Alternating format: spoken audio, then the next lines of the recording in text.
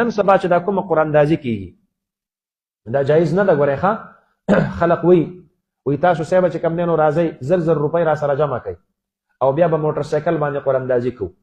نو په 100 روپو کې به موټر سایکل یو کس ته ملاویږي او 15,000 روپۍ جمع کړئ په اخره کې به قراندازي وکړو یو کس ته به پکې موټر ملاو شي. تاسو پوه شولئ په خبره باندې کنه؟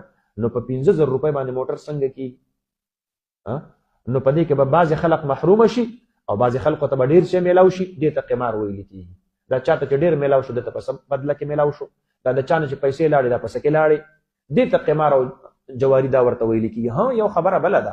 اوس کو فرض کوي یو سړی وایي چې هلکه زما نه چا هم شاپینګ وکړو نو زه به د هغه دپاره یو کوپن ډکومه او به د ځان سره ږدم، انعام به زه په دې ټولو کې یو کس له ورکومه. نو بس بیا به پرې وروستو خښنې ولمه نو چې د چا خښنې را وختلو بس هغه له به پکې چې کوم دی نو په انعام کې یو څیز دا به ورله ورکړم. دغه جایز ده. تاسو پوه شولئ په خبره باندې؟